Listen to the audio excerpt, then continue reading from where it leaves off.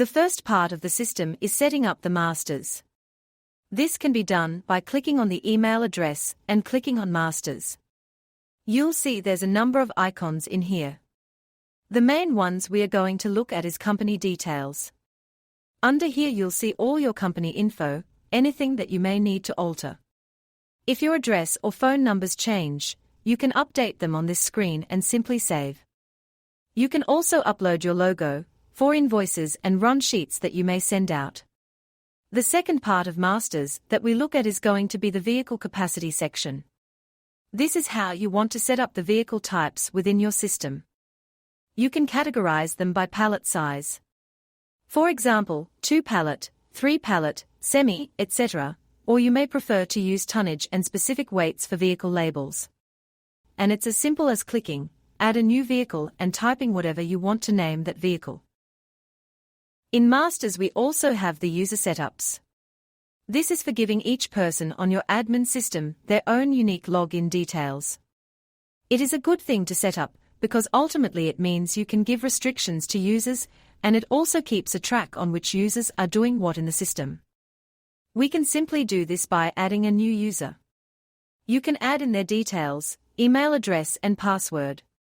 Once you create the user, they can change their password after the first time they log into the system. We are going to activate him by clicking the active box.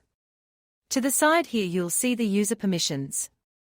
We can check all if you're happy for Fred to have use of everything in the system. Alternatively, if you want Fred to only be able to view certain areas and not make changes, you can uncheck specific boxes so that Fred is restricted to viewing only and not able to edit or delete other areas. This can be handy, especially when it involves things like invoicing, reports and reconciling. It's as simple as that. You can now see Fred is in our list. We've created his password and username. Fred will use those details when he logs into the system each time rather than the master login. Another section covered in Masters that may be of interest are fuel and toll levies. Tolls are only relevant for Victoria-based systems. If you are not located in Victoria, you can ignore this icon. This is the master fuel levy section. If you want to set in a fuel levy that is implemented across the system, you would simply add it in here as a percentage. You can future date it to be prepared for the up and coming changes each month. If you know the levy is going to reduce by 2%, you can add it in and set the date for when that new fuel levy is going to come into place. Even though the fuel levy becomes the system default, you can still override it within each individual contractor's page, as well as each individual client's page, for those one-off agreements. Moving on to the compliance manual icon. This is useful to upload your policy and procedures manual and ensure that all drivers sign off on it prior to using their mobile app for the first time. You simply select this file from your hard drive, upload it and set it as the current manual. This will ensure when every driver logs into the app for the very first time, they will need to view that manual and sign off that they are in agreement with the details within. The final area within the Masters that we will look at today is the email templates.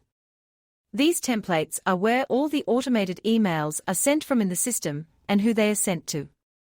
It includes assigning jobs, submitting compliances, and induction expiry notifications.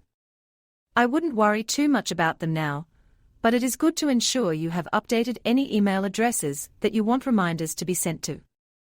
So if you've got compliance issues that are going to expire, or driver's licenses that are going to expire, and you want to be notified, this is where you would update the list. It is as simple as clicking the edit and adding in the new email addresses.